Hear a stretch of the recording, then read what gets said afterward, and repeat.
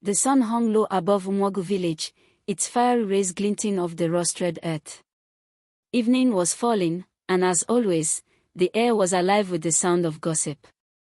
Women bent over grinding stones leaned close to one another, their voices lowered but laced with malice. Children darted through narrow pathways, repeating half-heard rumors to whoever would listen. At the heart of this whispering storm was Nkem, a young widow of barely 26. She was strikingly beautiful, skin smooth as palm oil, eyes steady yet soft, and hair that glistened even under the harsh sun. But it was not her beauty that unsettled the villagers, it was her resilience. Her husband had died suddenly 2 years earlier, leaving her with nothing but a small hut and a broken heart. Yet she carried herself with quiet dignity, refusing to beg, surviving by selling hand-woven mats in the market. But envy grows where dignity stands. When a child fell ill mysteriously, tongues wagged. When cassava rotted in storage, whispers sharpened. It is that widow, some murmured. She carries bad luck. She is not ordinary. One woman, Ngozi, fanned these suspicions. She had always despised Nkem's grace and the quiet admiration she received from the young men. In Ngozi's eyes, the only way to erase that competition was to smear her rival. She whispered to the elders, exaggerating tales of how Nkem was often seen walking alone at midnight, her wrapper dragging across the ground like a spirit. By the time the village crier's gong echoed through the streets that week, summoning all to the square, the people had already condemned her in their hearts. The village square throbbed with tension. Men gathered with walking sticks in hand, women clutched their wrappers, and children clung to their mothers' sides, eager for spectacle. In the center, Nkem stood trembling yet defiant, her white wrapper streaked with dust. The oldest elder, Ova, cleared his throat and lifted his staff. His voice carried weight, though it was thick with bias. People of Umuagu, he began, misfortunes have befallen us. Our children are sick, our animals are dying, and our harvest fails. All signs point to the widow, Nkem. She carries the spirit of witchcraft. Gasps rose from the crowd, but many nodded grimly. Ngozi stepped forward, her head high, her voice dripping venom. I saw her under the moonlight, speaking to shadows. I heard her curse my house after I refused her palm oil. And now, my own son is sick. A chorus of murmurs erupted. Someone spat on the ground. Others shook their heads in agreement. Nkem raised her hands, her voice breaking. By the gods, I swear on the grave of my husband, I am innocent. I have never harmed anyone in this village. You know me. But the crowd had been fed a steady diet of fear and envy. They did not want truth, they wanted blood to ease their panic. The elders, blinded by their desperation, gave the verdict. She is guilty, Elder Ova declared.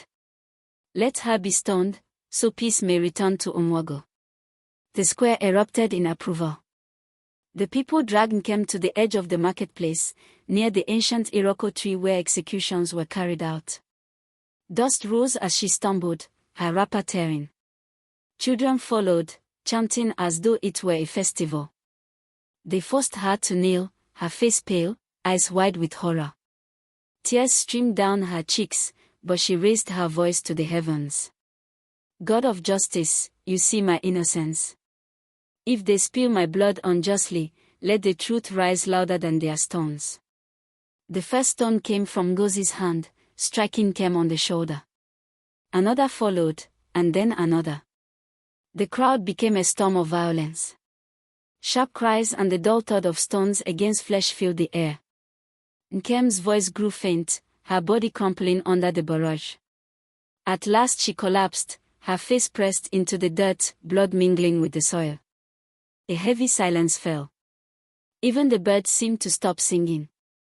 Someone muttered, "It is done." The villagers dispersed, some trembling, some satisfied, none willing to meet each other's eyes. That night, Umuagu was restless. A heavy wind swept through, rattling rooftops and bending palm trees. Dogs howled and refused to settle. The moon shone unusually bright, casting eerie shadows across the huts. In Ngozi's compound, her baby wailed inconsolably. She rocked him furiously, but the child's cries only grew sharper, piercing the night. "Hush, my son," she whispered desperately, sweat on her brow. Yet the child stared past her, eyes wide in terror. Elsewhere, farmers awoke to find their goats refusing to rise, their eyes glassy. Wells that had never run dry before gave nothing but mud. And in the hearts of many, guilt took root. They remembered Nkem's cry as stones rained down, "Let the truth rise louder than their stones." Whispers carried in the wind, faint but unmistakable. Some swore they heard her voice praying still, gentle but accusing. By the next day, calamities multiplied. In one household, a cooking pot cracked in half over the fire, spilling hot soup. In another, palm wine turned bitter overnight. Ngozi herself was not spared. That evening, she dozed only to wake screaming. In her dream, Nkem stood before her, bloodied yet radiant, her voice echoing. "You raised the stone. Now carry its weight." Ngozi clutched her chest, trembling. Sleep eluded her from then on. The people grew fearful. Elders convened, muttering among themselves. Could they have judged wrongly? But pride held their tongues. On the third day, a stranger arrived, an old blind prophet named Ifoni, led by a young boy.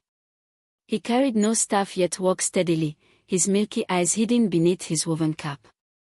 He asked to be brought to the square, and the villagers obeyed uneasily. When he spoke, his voice was like thunder wrapped in calm. "You have shed innocent blood." Gasps rippled through the crowd. "She was no witch," the prophet continued. "Nkem was chosen, a vessel of blessing for this village. But your envy blinded you. Now you drink the poison of your injustice." He pointed a trembling finger toward Ngozi. "And you, the liar, the accuser. You shall bear the heaviest curse, until the gods themselves decide." Ngozi fell to her knees, wailing. The crowd shivered, their guilt laid bare. That evening, the skies darkened unnaturally. Thunder cracked across the heavens though no rain fell. Suddenly, lightning struck the marketplace Iroko tree where Nkem had fallen. Flames licked its branches, refusing to die even without oil. Huts collapsed under mysterious winds. 3 of the men who had thrown stones fell sick, their bodies burning with fever. Ngozi's own son stopped breathing, his tiny chest still beneath her arms. Panic seized the people. "The gods are against us," they cried. "We must make it right." The elders gathered the villagers, calling for atonement. They returned to the place where Nkem had fallen, bearing kola nuts, palm oil, and white fowls for sacrifice. But when they dug into the earth where her body had been buried shallow, they found only her wrapper, neatly folded, untouched by blood or dirt. The people fell to the ground in terror. "She has been taken by the spirits," someone whispered. "No," another said, voice trembling. "She has risen." From that day, Umuagu never forgot. Some swore they saw her shadow at dusk near the Iroko tree, watching silently. Others said her blessings still lingered for those who repented. But for Ngozi, there was no rest.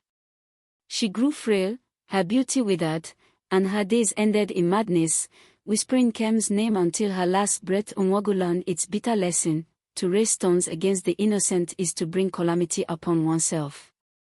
Whenever disputes arose after that, elders would first say, "Let us remember Nkem." Her story became a warning whisper to children and strangers alike. A tale carved into memory, etched by fear, guilt, and awe. For indeed, they stoned an innocent woman, but what happened after shook the village to its core.